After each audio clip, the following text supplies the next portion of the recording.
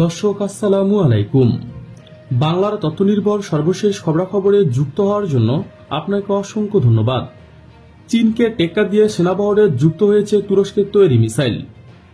বাংলাদেশ চীনের দিকে ঝুঁকে পড়েনি, এমনটাই মন্তব্য করেছেন পররাষ্ট্রমন্ত্রী। পররাষ্ট্রমন্ত্রী এ কে আব্দুল মোমেন বলেন, বাংলাদেশ যে কোনো দেশের লেজুক নয় এবং চীনের দিকে কখনো ঝুঁকে পড়েনি, কারণ ঢাকা একটি ভারসাম্যপূর্ণ স্বাধীন পররাষ্ট্র নীতি বজায় রেখে চলেছে। ফরেন সার্ভিস একাডেমিতে diplomatic reporters association of Bangladesh DCAB সদস্যদের সঙ্গে মত বিনিময়কালে তিনি আজ বলেন, আমরা কারো লেজুক নই, আমরা চীনের লেজুক নই। মোমেন আরো বলেন, কিছু লোক মনে করে আমরা চীনের দিকে ঝুঁকছি, কিন্তু আসলে আমরা কারোর দিকে ঝুঁকছি না। তিনি বেইজিংকে উন্নয়ন অংশীদার অভিহিত করে চীনের ঋণের ফাঁদে পড়ার আশঙ্কা নাচক করে দিয়ে বলেন, এটি একটি ভুল ধারণা। কোনো পণ্ডিত এমন কথা বলেন, অনেকে এটা বিশ্বাস করেন, বিশেষ করে কিছু বিদেশি প্রতিষ্ঠান। কোনো অবস্থাতেই আমরা চীনের ঋণের ফাঁদে পড়ব না। বিদেশি ঋণ নেওয়ার ক্ষেত্রে আমরা খুবই বিচক্ষণ ও সতর্ক। আমরা অপ্রয়োজনীয় ঋণ নেই না।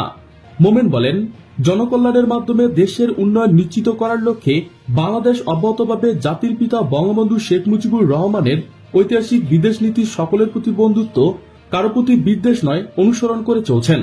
পররাষ্ট্রমন্ত্রী ভারতের সঙ্গে ঢাকার সম্পর্ককে সুদৃঢ় এবং আমরা ভারতের সঙ্গে আমাদের সম্পর্কের ক্ষেত্রে একটি সোনালী অধ্যায় রেখেছি বলে অভিহিত করেন। তিনি বলেন, ঢাকা ওয়াশিংটন সম্পর্ক ভালো এবং যুক্তরাষ্ট্রের প্রেসিডেন্ট জো বাইডেনের মতে ওয়াশিংটন বাংলাদেশের সঙ্গে সম্পর্ক উন্নয়ন করতে চায়।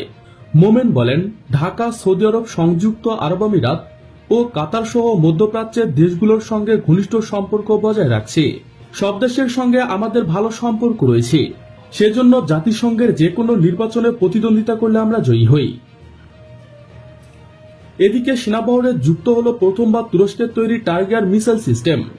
বাংলাদেশ সেনাবাহিনীর আধুনিকায়নের অধ্যায়ে এবার সেনাবহরে নতুন সংযোজিত হয়েছে তুরস্কের তৈরি টাইগার মিসাইল সিস্টেম।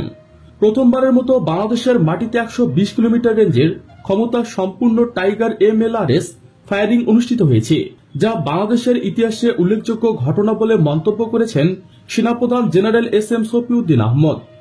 সেনাপ্রধান বলেন, জাতির পিতার অসমাপ্ত স্বপ্ন বাস্তবায়নে প্রধানমন্ত্রী শেখ হাসিনার দিক নির্দেশনায় পরিণত ফোর্সেস গোল 2030-এর আলোকে বাংলাদেশ সেনাবাহিনীর সম্প্রসারণ ও আধুনিকায়ন একটি যুগোপযোগী পদক্ষেপ।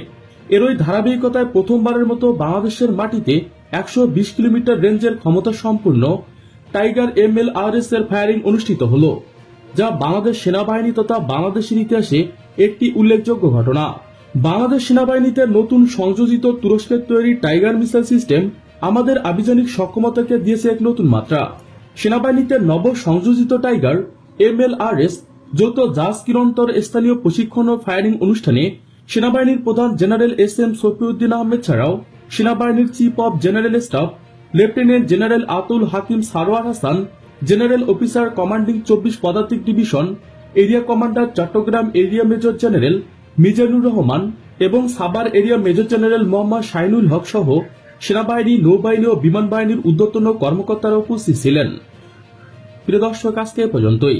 শুরু থেকে শেষ পর্যন্ত চেষ্টা করছি বাংলার সামরিক ও অর্থনৈতিক সঠিক তথ্য উপস্থাপন করতে।